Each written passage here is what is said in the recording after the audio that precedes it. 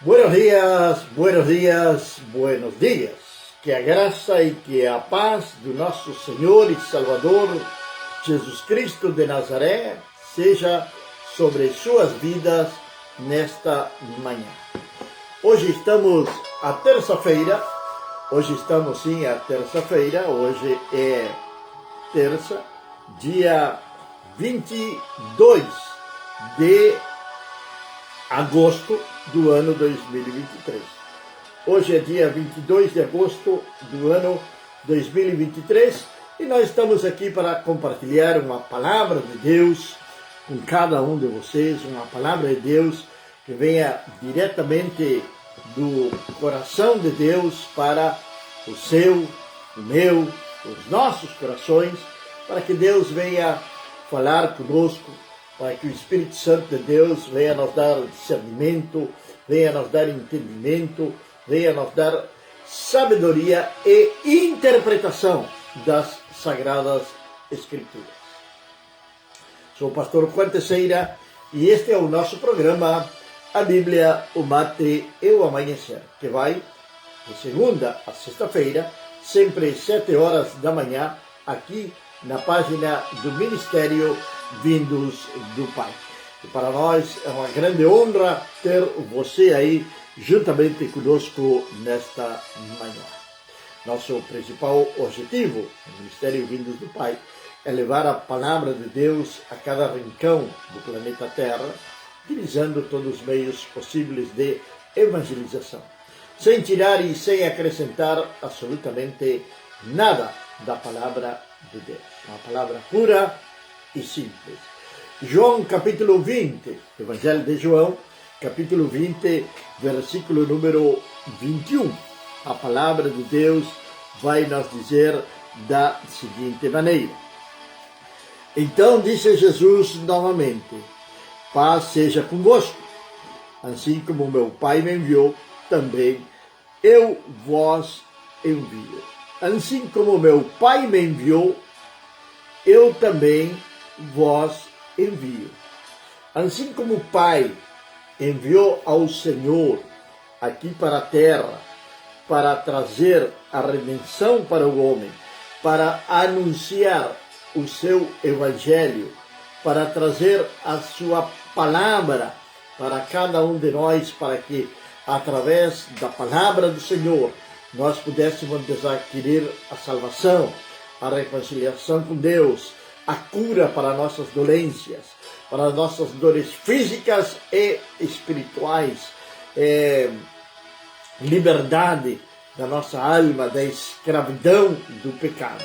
Para isto foi que Deus enviou ao Senhor Jesus Cristo, para pregar, para anunciar as boas novas de salvação.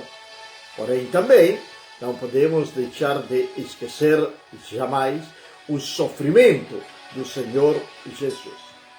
Então, assim como o Pai o enviou, Ele também nos enviou a nós.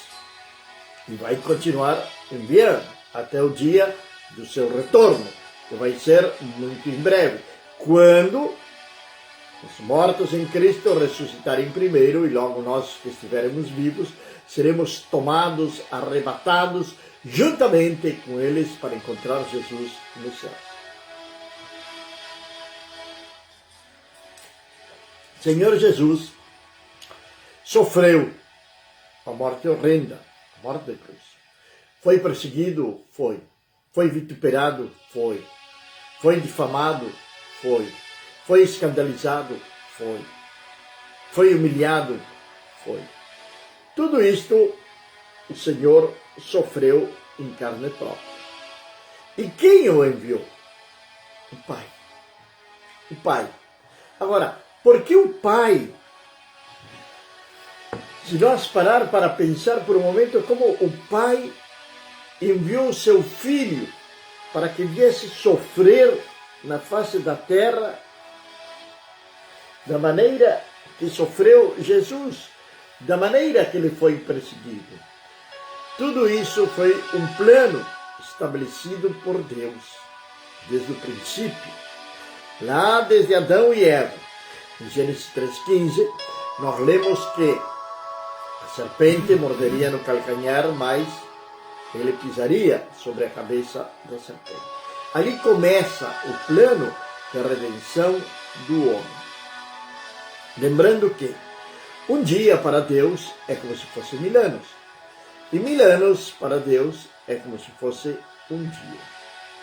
Então, na eternidade, não temos como medir um tempo. Deus é infinito, nós somos finitos, nós temos certas limitações.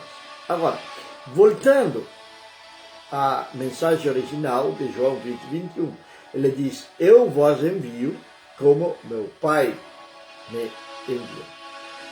Jesus, depois da sua morte, depois da sua ressurreição, no livro de Atos, capítulo número 1, 2 e 3, ali nós vamos ver o início da igreja do Senhor Jesus.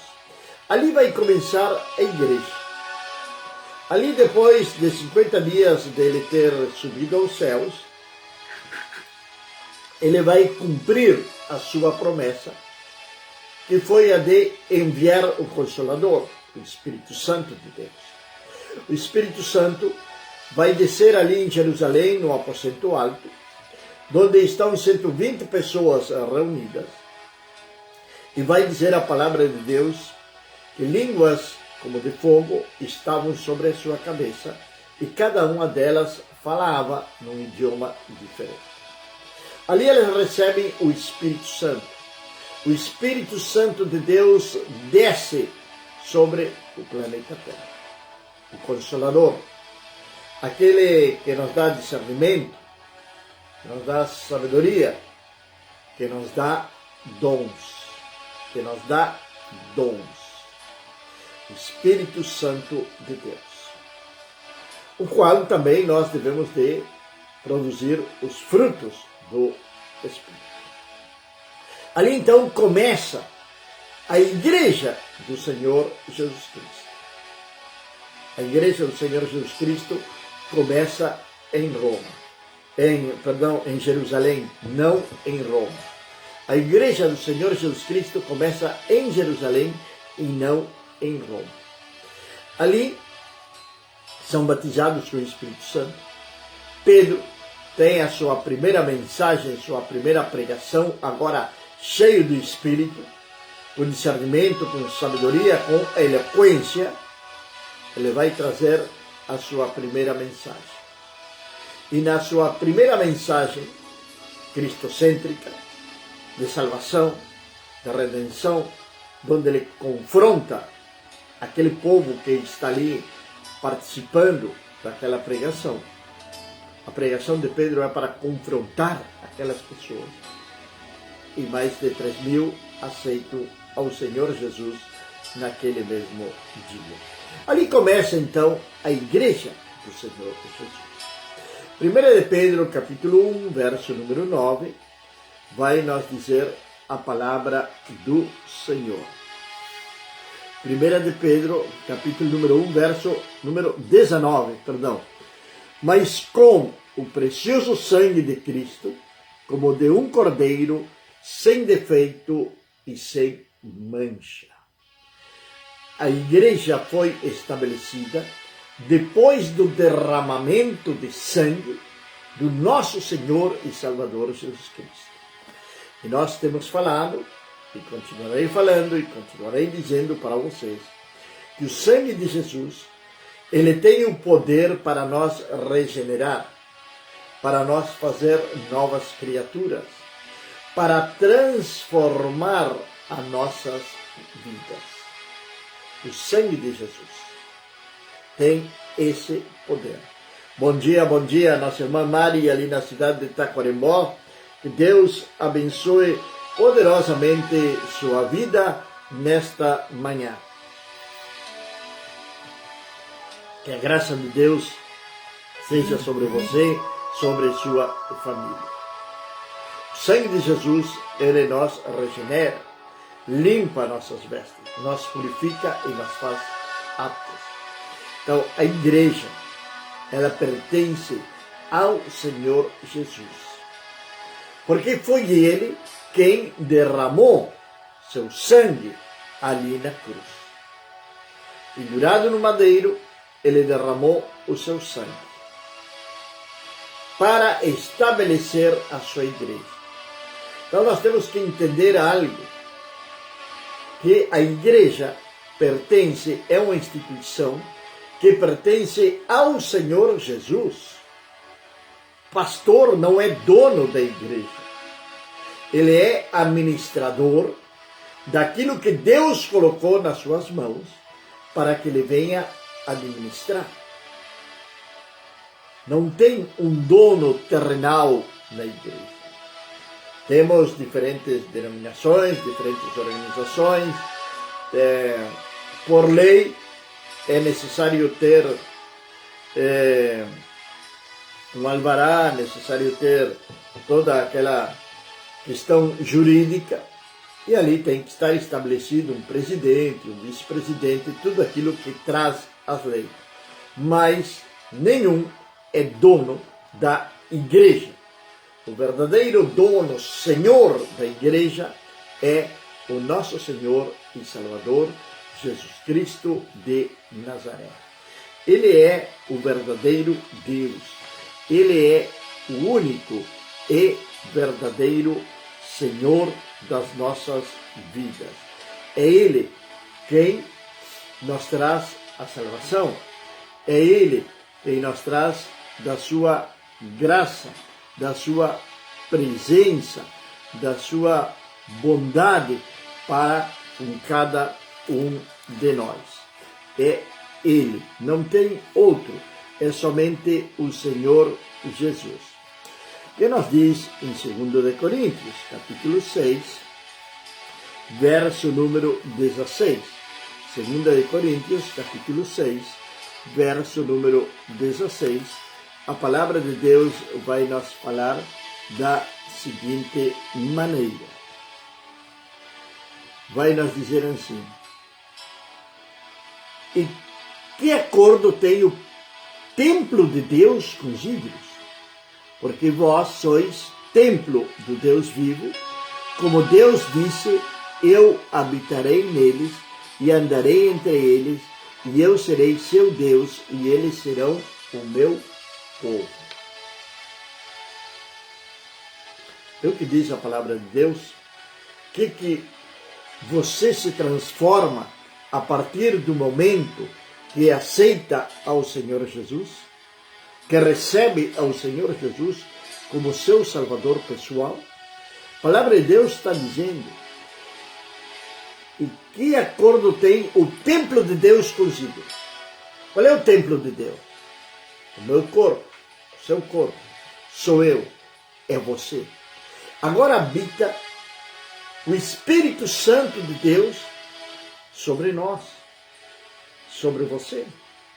E quando nós reunimos em comunhão, nós estamos formando o corpo de Cristo, a igreja do nosso Senhor Jesus Cristo. Eu sozinho jamais serei igreja. Eu sozinho jamais serei igreja. Porque é impossível. A igreja é comparada com o corpo de Cristo. Imagine o nosso corpo. Eu estou fazendo uma função com as mãos que não posso fazer com os pés. Então, eu necessito dos pés. E assim é o corpo. Cada membro da igreja tem o seu lugar. Tem o seu lugar estabelecido. Preste bem atenção nisto. Estabelecido por Deus. Não é o homem que estabelece cargos. Dentro do corpo de Cristo, que é a sua igreja, não existem carreiras funcionais, não existem ascensos. Deus te chama para um trabalho. Deus te chama para desempenhar a obra de Deus numa área específica, onde você vai ser usado. Não é o pastor, não é por força. Você não pode forçar um ministério que você não tem. Você não pode forçar um ministério que você não tem. Ou melhor dito, que não lhe foi otorgado, dado por Deus. Tem muitas pessoas que têm essa ânsia, têm esse desejo de estarem na frente, de aparecerem, de estarem nos púlpitos, de estarem na porta, enfim, querem aparecerem ali dentro da igreja como uma autoridade. Mas não sabem esperar em Deus, esperar o tempo exato de Deus. Deus tem um tempo para cada coisa. Para cada coisa. Nós somos o corpo, então sozinhos não podemos fazer absolutamente nada. Agora, que acordo tem o templo de Deus com os ídolos? Aí é outra questão. A igreja, ela deve ser lavada dos seus pecados. Lavada dos seus pecados. Como vai ser lavada? Através do sangue de Jesus. A igreja como um todo, hoje, ela está necessitando de arrependimento. Está necessitando de um pedido de perdão a Deus por negligência. Estou falando da igreja do reino de Deus, não da outra igreja, que é uma igreja sem reino. Não daquela igreja que é falsa, que é apóstata, que é mundana, que é corrupta. Não. Estou falando da verdadeira igreja do nosso Senhor e Salvador Jesus Cristo de Nazaré, que está formada por homens e mulheres lavados, regenerados, purificados pelo sangue precioso de Cristo Jesus. Essa é a verdadeira igreja. Essa é a verdadeira igreja. Nós devemos de ser santificados. Santificados. Ser santo não quer dizer que você vai estar pendurado numa parede. 1 Coríntios capítulo 6, verso número 14. E Deus, que ressuscitou o Senhor, também nos ressuscitará pelo seu próprio poder. E Deus, que nos ressuscitou pelo seu poder, nos ressuscitará pelo seu próprio poder. Deus, quem ressuscitou Jesus, Ele também vai nos ressuscitar a nós através do seu próprio poder. Como Ele vai nos ressuscitar? Vamos entender a palavra de Deus. O apóstolo Paulo está escrevendo para a igreja de Coríntios. Coríntios era uma igreja que estava com sérios problemas, tanto éticos como morais, como nos nossos dias de hoje. E ele começa a escrever esta carta aos Coríntios para corrigir alguns aspectos. Assim, nós lemos ali em 2 Coríntios 6,16, que nós somos templo de Deus. Que o templo de Deus não pode ter comunhão com os ídolos. Um ídolo não é sempre uma imagem que você possa ter na sua casa. O ídolo pode ser eu mesmo. Eu posso me idolatrar a mim mesmo. Eu posso idolatrar a minha esposa. Eu posso idolatrar a meus filhos. Eu posso idolatrar, e que isso se dá muito hoje. Isso está se dando muito hoje. E a palavra de Deus nos alerta que comunhão tem o templo com os ídolos. Idolatram pastores. Idolatram cantores, chamados cantores gospel. Me lembro, me converti no ano 81. No ano 81 me converti. E não se falava de shows, se falava de campanhas evangelísticas. Que a igreja local se unia e realizava uma grande campanha.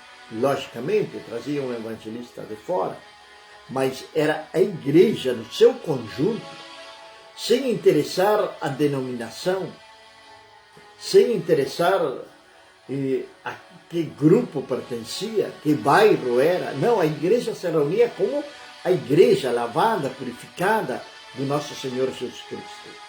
E realizava aquelas grandes campanhas evangelísticas ao ar livre. E ali as pessoas eram curadas, eram libertas, eram salvas. E a igreja crescia. Logo começou a entrar os supostamente famosos. Veio a tecnologia, veio a televisão, veio a internet. E aí começaram a conhecerem a outros pregadores. Só que alguns são idolatrados. E eles não fazem absolutamente nada para que as pessoas o idolatrem. E que falar dos cantantes, dos shows que acontecem hoje. Hoje temos shows gospel, que nada, absolutamente nada tem a ver com a igreja do Senhor Jesus Cristo. Vamos relembrar João 20, 21. Eu vos envio como o Pai me enviou. Pense na vida que levou a Jesus. Pense no sofrimento de Jesus. O palco que Jesus teve foi um monte. O palco que Jesus teve foi um barco emprestado. O palco que Jesus teve foi um Gólgota, pendurado numa cruz. Foi o palco que ele teve. Agora, as pessoas querem fama, querem reconhecimento, querem... Hoje se fala muito de agendas, pastores e cantantes com agendas.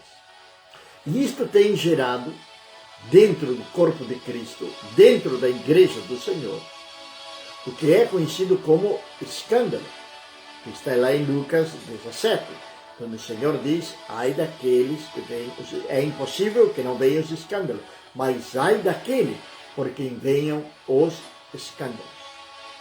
Ai daquele por quem venham os escândalos.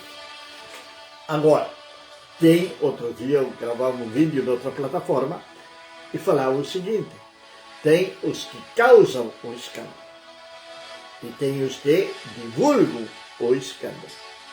Hoje temos isso nas redes sociais. Se você quiser saber de fofoca gospel, tem centenas de youtubers fazendo isso, falando mal do irmão, falando mal da irmã e colocando-se eles como os únicos donos da verdade. Isso nós vemos a diário.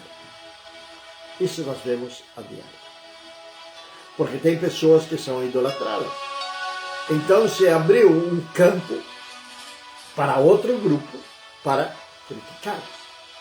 E alguns levantam a bandeira da sã doutrina. Levantam a bandeira da sã doutrina. Mas estão amaldiçoando, estão falando mal do outro. Lembre-se, eu vos envio como o Pai me enviou. Como o Pai me enviou. Pare para pensar nessa palavra de João 20, 21. Pare para pensar na vida do Senhor Jesus Cristo. O autor e consumador da nossa fé. Jesus, certa oportunidade, alguém disse que queria segui-lo.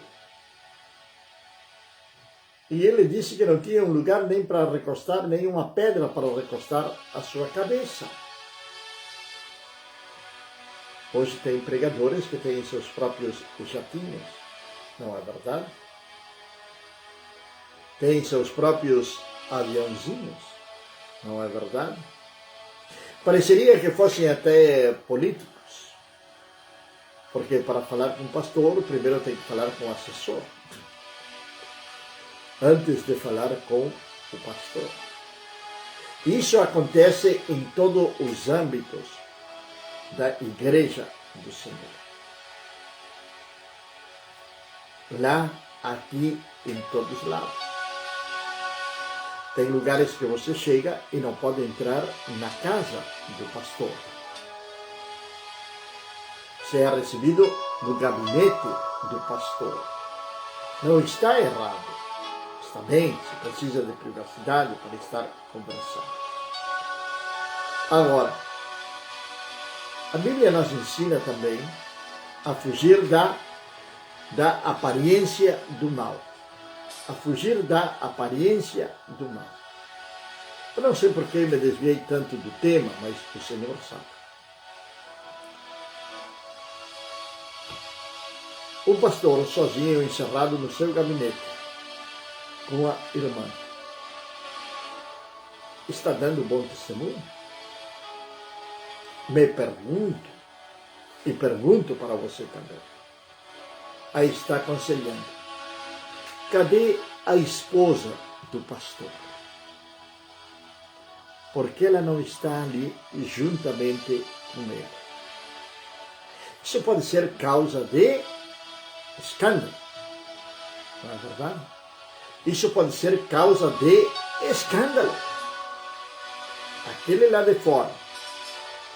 Eu estou dizendo, bom dia, nossa irmã Maria, que Deus abençoe poderosamente sua vida.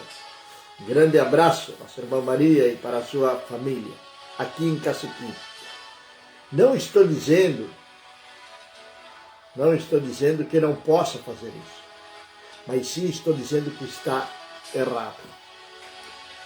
Cadê a esposa do pastor?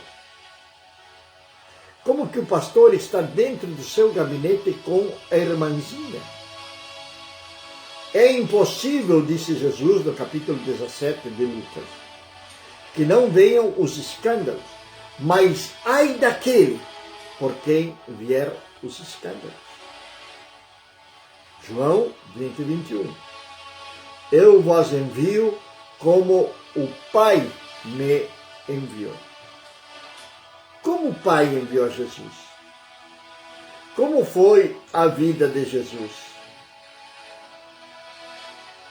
O gabinete de Jesus era a praia do Mar da Galileia. O gabinete de Jesus era o Monte das Oliveiras. O gabinete de Jesus foi o Monte Gólgota. O gabinete de Jesus foi o Mar da Galileia. Os montes, os vales, o deserto. Pai, eu vos envio assim como o Pai me enviou. Você tem tomado consciência da sua vida cristã? Você já sabe qual é o seu dom? Você já percebeu qual é o seu chamado? Jesus está dizendo que Ele nos enviou. Ele me enviou a mim e Ele enviou a você. E a minha pergunta é, e o que estamos fazendo com o chamado do Senhor? Meu Deus e meu Pai, nesta manhã, Senhor, estamos ante Tua presença e queremos agradecer-te, ó Deus, por este novo dia de vida, agradecer-te pelo Teu amor, agradecer-te pela Tua misericórdia, agradecer-te pela Tua bondade, ó Deus. Senhor, nesta manhã, ó Pai, eu quero clamar, Senhor, a Ti, orar, Senhor Deus, a Ti, por cada um daqueles que estão participando e daqueles que vão participarem desta transmissão, meu Deus. Daqueles que vão ouvi-la nos diferentes grupos, das diferentes redes sociais. Senhor, que Tu venhas derramar da Tua graça, do Teu amor, da Tua misericórdia sobre suas vidas. Que Tu venhas abençoar, Senhor, aquele que está na cidade, aquele que está no campo, Senhor, que tu venhas abençoar os trabalhadores neste dia, ó Pai. Aqueles que estão se dirigindo aos seus trabalhos.